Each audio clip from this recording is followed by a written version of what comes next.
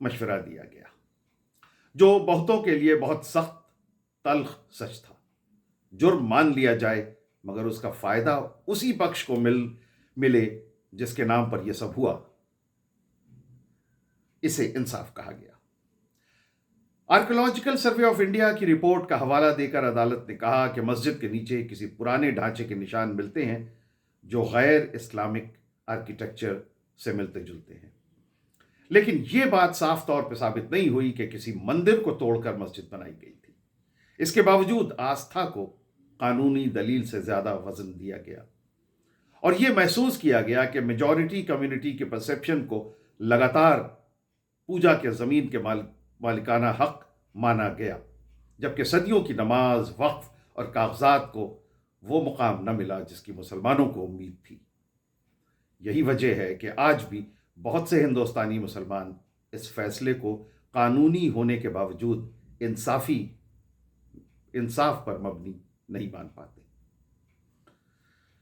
بابری مسجد کی شہادت کے بعد ہندوستانی مسلمانوں نے نہ صرف غم بلکہ گہرائی سے اپنے اندر جھانکنا بھی شروع کیا۔ کیا ان کی سیاسی قیادت صحیح تھی؟ کیا مسئلے کو صرف عدالت اور نعروں کے حوالے کر دینا بہتر تھا، یا بات چیت، صلح اور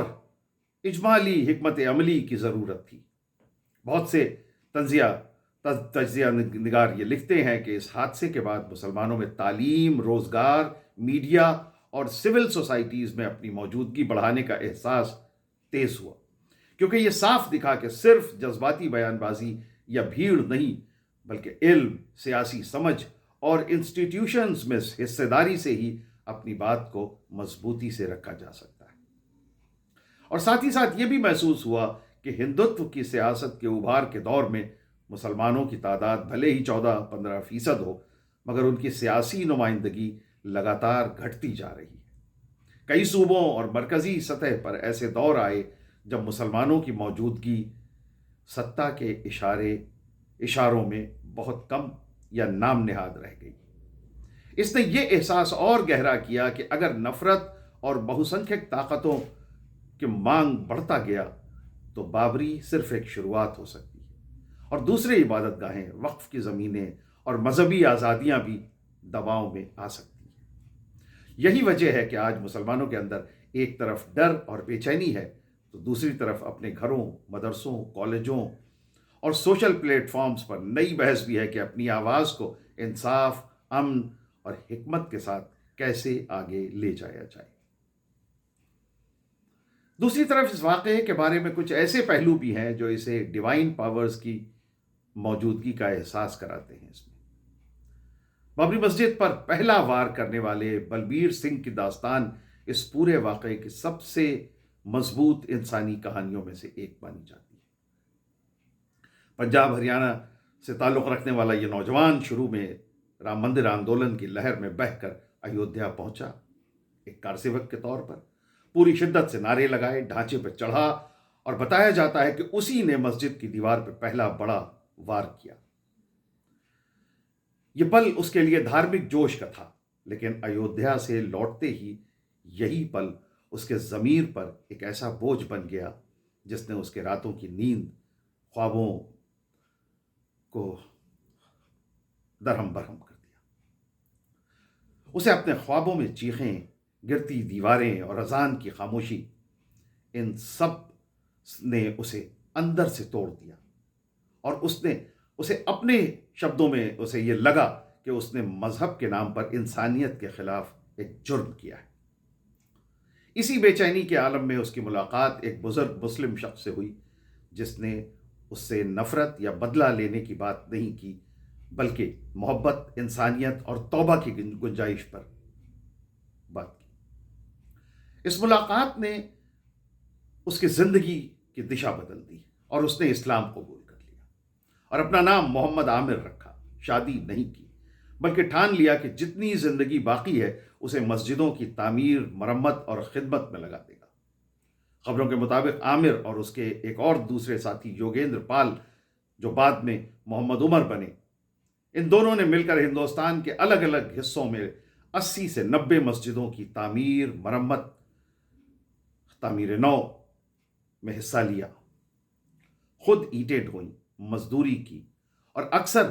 لوگوں کو یہ تک نہیں بتایا کہ وہ کون ہیں اور یہ کیوں کر رہے ہیں۔ یہ ان کا اپنا ایک پچھتاوا تھا، ایک ریپنٹنس تھا، جو مسلمان سماج کے لیے بھی ایک گہرا پیغام ہے کہ نفرت کا جواب صرف نفرت نہیں بلکہ انسانیت اور ہدایت بھی ہو سکتی ہے۔ دوسری طرف کچھ ایسے کارسیوک بھی ہیں جو بابری مسجد ڈھانے کے وقت بھیڑ کے ساتھ آگے آگے تھے، مگر آج اپاہج بن کر تنہائی اور مفلسی کی حالت میں جی رہے ہیں، اور جن کے دروازے پر کوئی سنگٹھن، کوئی سیاسی قیادت حال چال پوچھنے بھی نہیں آیا۔ یہ کہانیاں یاد دلاتی ہیں کہ سیاسی تحریکیں اور بھیڑ کے نعرے اکثر عام انسانوں کو استعمال تو کر لیتے ہیں، لیکن جب ان کی زندگی برباد ہوتی ہے تو اسے ان کی قسمت پر چھوڑ دیتے ہیں۔ بابری مسجد کا مسئلہ صرف ہندو مسلم ٹکراؤ کا نہیں بلکہ سیاست کی طویل چالوں کا بھی ہے۔ الگ الگ دور میں الگ الگ پارٹیوں نے کبھی اس مدعے کو آستھا کے نام پہ، کبھی قانون کے نام پہ اور کبھی امن کے نام پر استعمال کیا، لیکن نتیجہ یہ نکلا کہ عام ہندوستانی مسلمان کی سیکیورٹی، تعلیم، روزگار اور عزت کے سوال پر یہ تمام سوال اکثر حاشیے پر چلے گئے۔ بہت سے مسلمان یہ سوال اٹھاتے ہیں کہ اگر ہیگیا صوفیہ کو گرجا گھر سے مسجد بنانے پر دنیا بھر میں جذباتی خوشی محسوس ہوتی ہے تو پھر بابری مسجد کے گرنے اور اس کی جگہ مندر بننے پر صرف مذہبی جذبات کے آدھار پر تعلیمی یا نیتک کسوٹی کیسے الگ ہو سکتی ہے؟ یا تو ہر جگہ انصاف اور انسانیت کے پیمانے ہونے چاہیے، یا پھر ہمیں بھی اپنے رویے کی گہری جانچ کرنی ہوگی۔ اسی طرح ہندوستان میں مسلمانوں نے بھی دھیرے دھیرے یہ سمجھنا شروع کر دیا کہ صرف نعرے، جلوس یا غصہ کافی نہیں، ضرورت اس بات کی ہے کہ میڈیا، عدالت، تعلیمی ادارے، سول سوسائٹیز اور پالیٹکس میں اپنی مکمل، ذمہ دار اور دلکش موجودگی پیش کی جائے، تاکہ اگلی بابری کسی اور جگہ دہرائی نہ جا سکے۔ ہندوستانی مسلمانوں کے لیے بابری مسجد ایک تاریخ بھی ہے، ایک زخم بھی اور ایک سبق بھی۔ بہت سے سنجیدہ لوگ اس نتیجے پہ پہنچے ہیں کہ عمارت چاہے کتنی بھی پوتر ہو،